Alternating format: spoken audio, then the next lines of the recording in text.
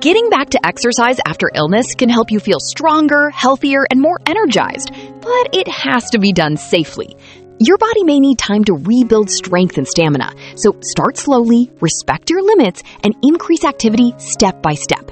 In this video, you'll learn how to return to fitness safely, listen to your body, and create a routine that supports your recovery. Making a plan. Consult your doctor before returning to exercise after being sick. They can help you make a safe fitness plan and explain any limits or medication effects. Stop exercising and seek medical help if you feel chest pain, trouble breathing, dizziness, faintness, nausea, irregular heartbeat, numbness, or unusual sweating. Accept that you are starting over after being sick. Your strength and stamina may be lower, and that is normal. Start slowly, increase activity gradually, and be patient as your body rebuilds fitness over time. Plan ahead and set clear fitness goals. Write down what you want to do again, such as running, joining a class, or playing a sport, to stay motivated and track your progress. Stay motivated by exercising with a friend, family member, or support group. Working out with others can help you stay consistent, feel safer, and rebuild your routine after illness. Exercising safely and effectively. Stay hydrated while exercising. Drink plenty of water and take a quick water break every 20 minutes, even if you do not feel thirsty.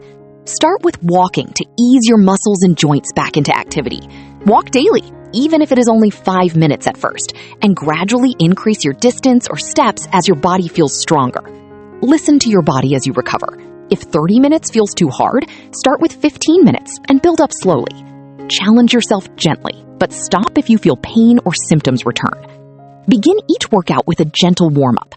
Spend 2 to 3 minutes doing simple moves like marching in place, toe taps, shoulder shrugs, knee lifts, or arm raises before exercising. Add stretching to your routine to improve flexibility. Stretch for 10 to 15 minutes. Breathe slowly and hold each stretch for about 30 seconds. When ready, you can also try gentle yoga for stretching and light strengthening. Increase cardio gradually once you feel ready. Start with about 50% of your pre-sickness activity, such as jogging, swimming, cycling, or using an elliptical. If that feels comfortable, slowly build up to 60%, 70%, and beyond, but avoid jumping back to full intensity too soon. Start strength training after your cardio improves.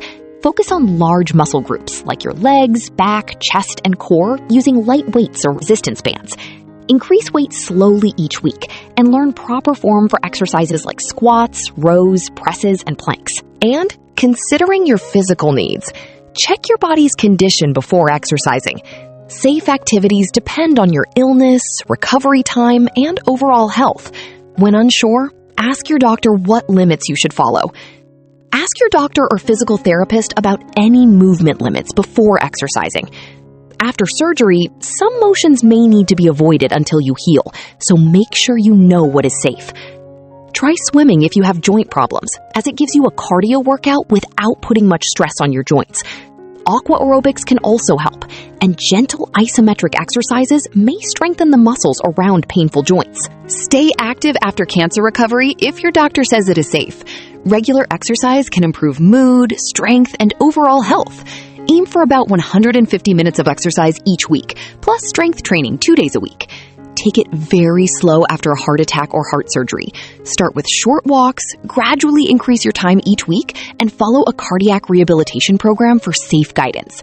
Monitor your blood sugar before exercising if you have diabetes or pancreas-related illness. Physical activity and some medications can lower blood sugar, so check your levels and exercise safely. Thanks for watching.